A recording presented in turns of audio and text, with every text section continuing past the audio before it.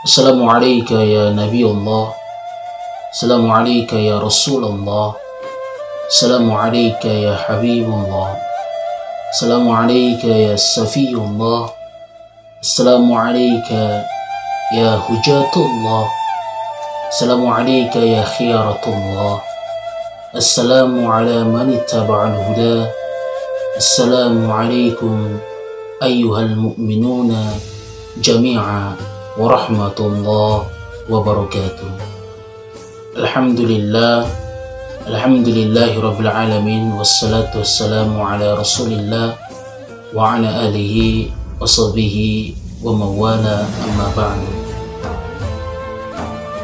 Ayuhal ikhwah, saudaraku yang dirahmati Allah subhanahu wa ta'ala, pada video kali ini kita akan membahas tentang pentingnya belajar tasawuf. Dewasa hari ini, saudara, kita hidup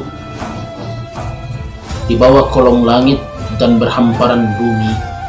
Terasa sesak nafas kita, terasa sesak kehidupan kita dengan beragam problema hidup yang silih berganti datang menghampiri kita.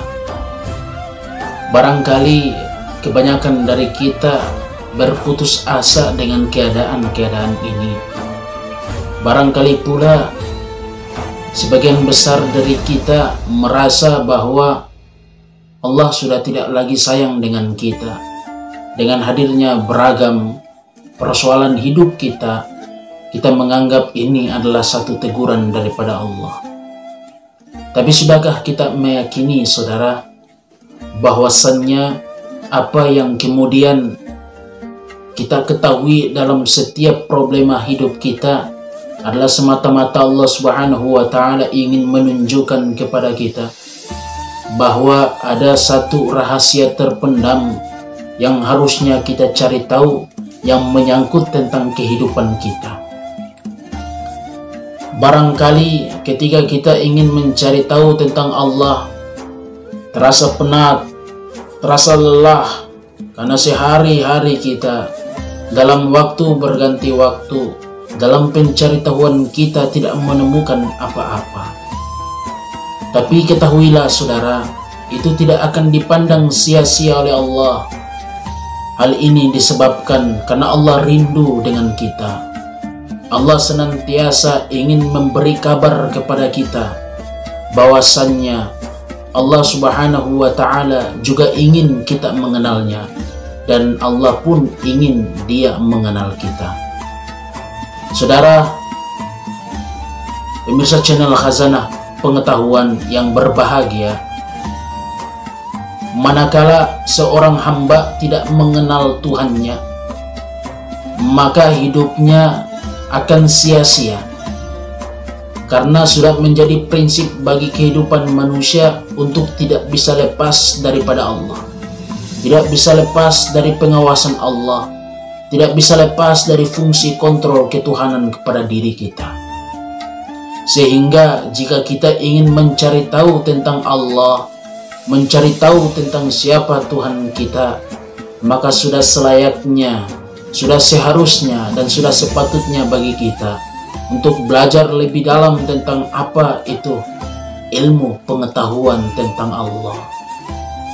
Dalam kitab Ra'aitullah yang dinukilkan serta disadur langsung dalam kitab Al-Mawaqif wal Mukhatabat karangan Syekh Muhammad bin Abdul Jabbar An-Nafri, beliau menyampaikan, saudara, bahwasannya ketika seseorang ingin mengenal Allah, maka dia harus mengetahui tentang ilmu pengetahuan tentang Allah.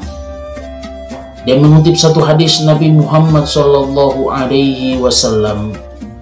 Nabi Muhammad bersabda, saudara, ketika ada beberapa kalangan sahabat bertanya kepada Nabi, "Wahai Nabi Allah, amal apa yang paling mulia di sisi Allah?" Maka Nabi pun menjawab, ilmu pengetahuan tentang Allah. Para sahabat pun bingung, karena ketika mereka mempertanyakan tentang amal, Maka Nabi pun menjawab tentang ilmu. Maka diulangi kembali pertanyaan ini sebanyak 3 kali. Maka Nabi pun tetap menjawab dengan jawaban yang sama, yakni ilmu pengetahuan tentang Allah. Maka ketika Nabi melihat ada kegundahan di setiap benak dan hati para sahabat, Nabi pun kemudian melanjutkan sabdanya, lebih baik amal yang sedikit ada ilmu pengetahuan tentang Allah di dalamnya daripada amal yang banyak tapi tidak ada ilmu pengetahuan tentang Allah di dalamnya. Ini menunjukkan bahwa ilmu pengetahuan tentang Allah adalah ilmu yang kemudian merupakan satu hal yang diwajibkan bagi manusia. Sehingga dalam satu perkataan yang lain, Nabi Muhammad SAW coba menegaskan kepada manusia, sesungguhnya mengenal Allah adalah fardu ain, mengenal diri pun adalah fardu ain. Kenapa harus mengenal diri? Sehingga hal ini disadut dalam perkataannya Ali bin Abi Thalib. Ia berkata, awaludin ma'rifatullah, awal dari agama adalah mengenal Allah. Disadur kembali dalam kitab yang dikarang oleh Syekh Abdul Qadir Al-Jailani, dalam kitab Futuhul Ghaib, ya, Syekh Abdul Qadir Jailani berkata, man arafa nafsa faqad arafa rabbah.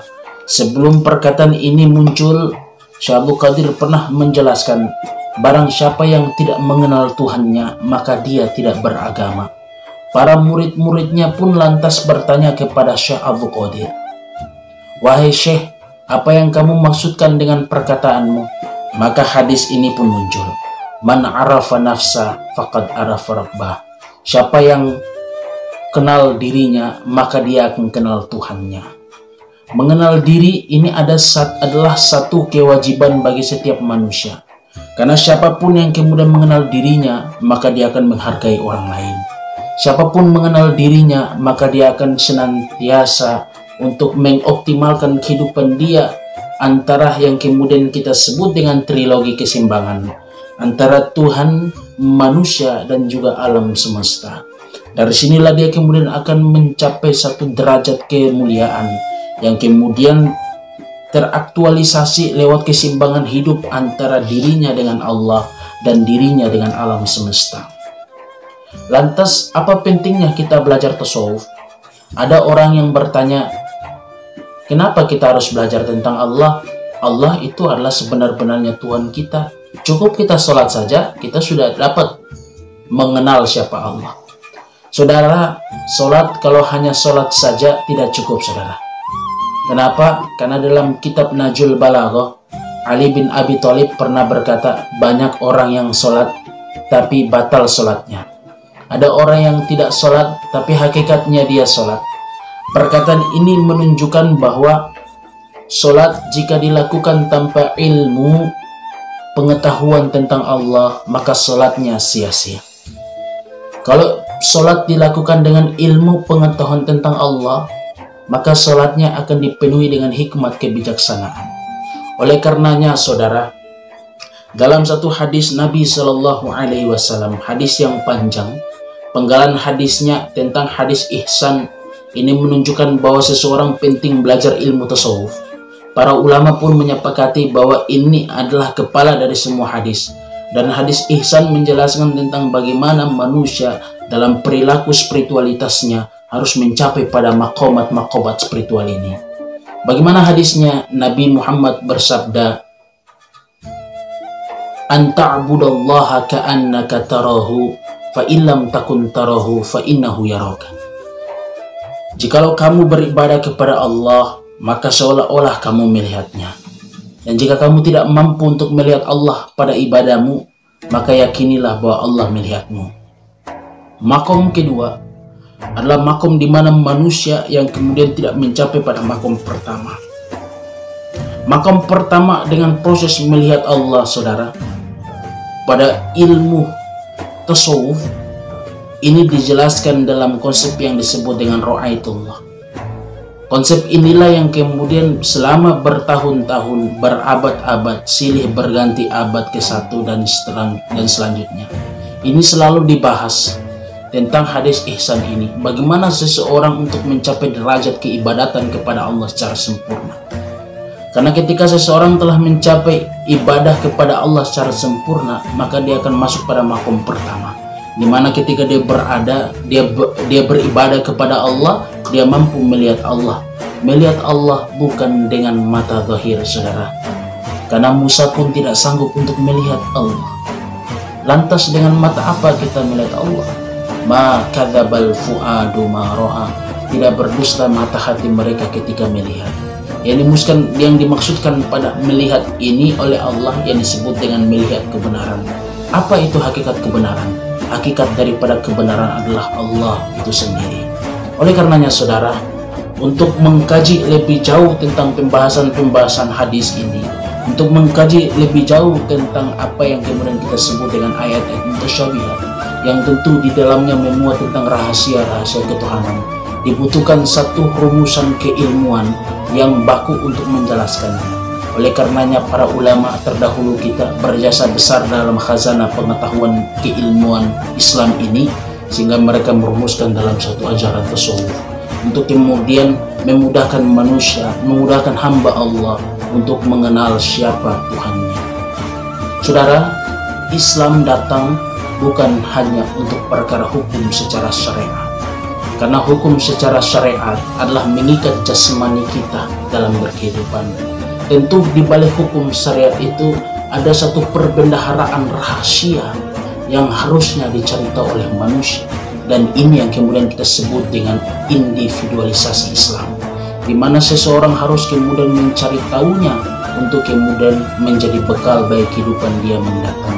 Saudara, kita berbicara soal ilmu saintis, kita berbicara tentang ilmu alami, itu kita berbicara pada ruang lingkup yang disebut dengan rasionalitas empiris.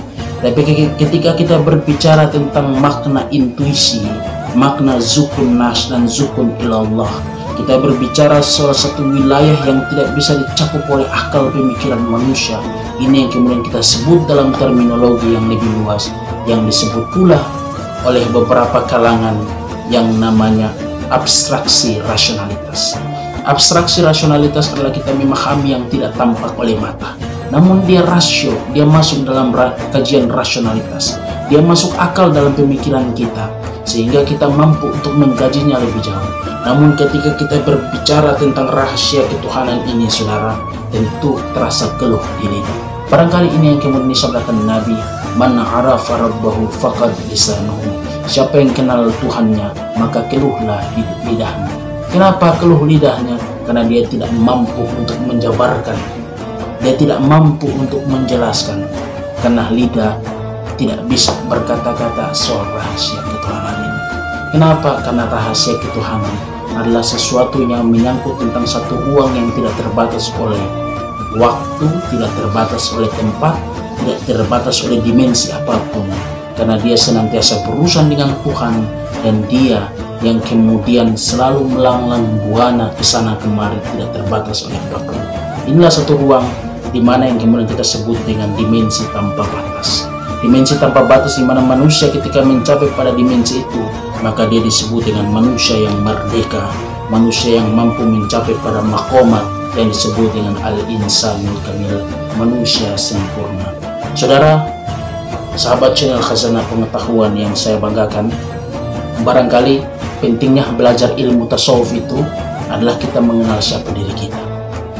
Ketika kita telah mengenal siapa diri kita, maka kita akan mengenal siapa Tuhan kita.